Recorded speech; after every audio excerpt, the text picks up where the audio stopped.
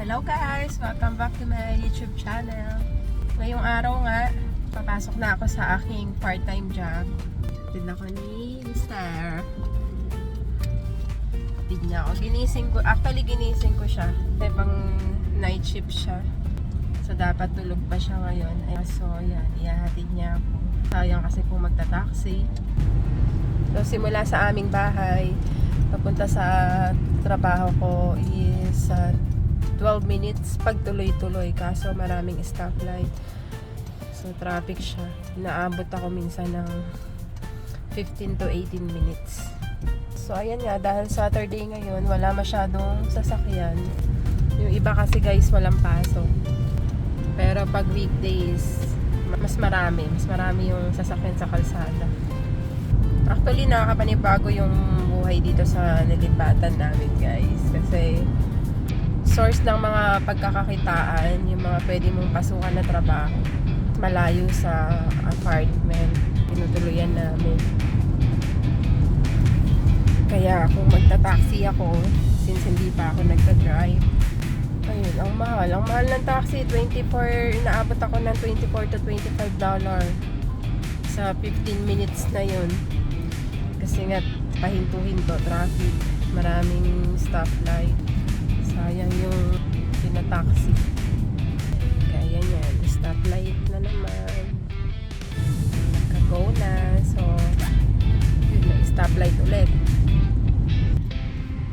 So, ayun na nga.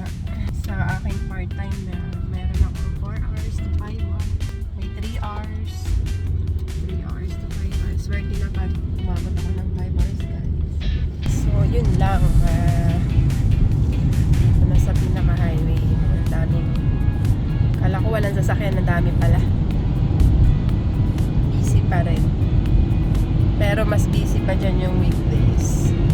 Stop na naman, naabutan kami ng stoplight. Diba guys, simula sa bahay hanggang makarating ako sa I think 8 na stoplight. Diba, ang dami. Kaya yun, pag nagta-taxi ako, struggle talaga. Pero wala akong choice pag nag-morning shift na si husband. Ta-taxi na talaga. Or pag-aaralan ko mag-bus para mas tipid. Yan, go na! So dito kasi guys, pag hindi ka nagtipid, talo ako yung kikitain ko. Halos 1/4 nun nasa na. Minsan nga kasi nakatip akong part-time.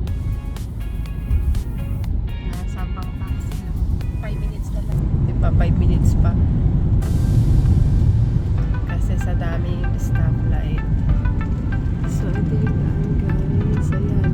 Yan yung hotel na Holidays Inn. Actually, marami ditong pwedeng pagtrabahuan guys. Wala lang hiring sa iba. Siguro sa sobrang dami ng population dito sa Grand Ferry. Yung iba nawawala na ng trabaho, mahirap na makahanap. Yung mga bagong dating, yan kagaya ko, tatagal kami sa stoplight talaga.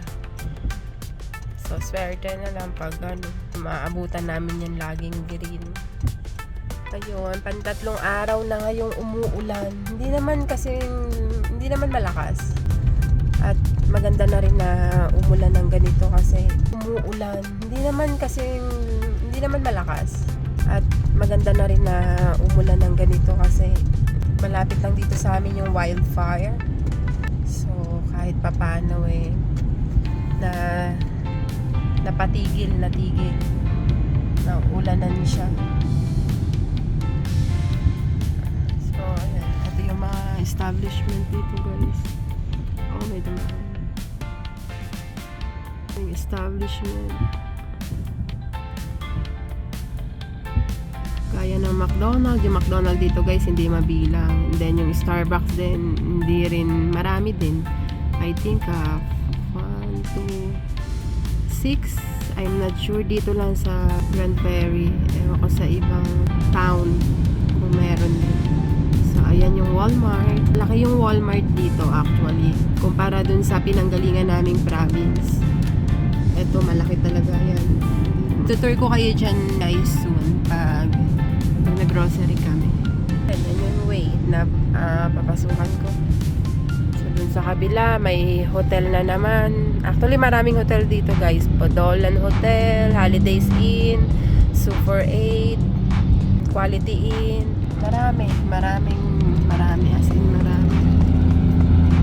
Ayan na, malapit na ang aking pinapasukan. Suluiki Asian Buffet guys. Yan, dyan ako nagtatrabaho. Tapos sa paligid, dun sa mga katabi niya, may mga iba't ibang restaurant din. Tapos yung pinakakatabi niya, may mga store din. May dental, may Red Wings, may bilihan ng mga sapatos. Madaming outlet kahit papano na hindi naman kalakihan. Hindi kagaya sa malapit sa city dito sa amin guys sa Edmonton. Yun, mas malalaki yung mga outlet. Pero yung pinapasukan ko, isa sa magandang restaurant dito. Kasi marami kang choices na food. Tapos masasarap din yung food niya. So ayun naman guys, yan Janina Diamond na yan. Tindahan siya ng mga real diamond talaga, then mga Rolex, ganun. Hindi pa ako nakakapasok dyan at wala akong balak expensive kasi ng mga price niya. Hindi kaya ng budget. Naman sa kabila guys, hindi ka naman basta dun sa tapat nung pinapasukan ko. Ayun, may ano dyan, may malaking Best Buy. Andyan din yung Costco. Yan na nga. Manap tayo ng magandang spot para sa pagbaba dahil umaambon. Bye guys! See you sa aking next video, next vlog. Bye! Have a good day!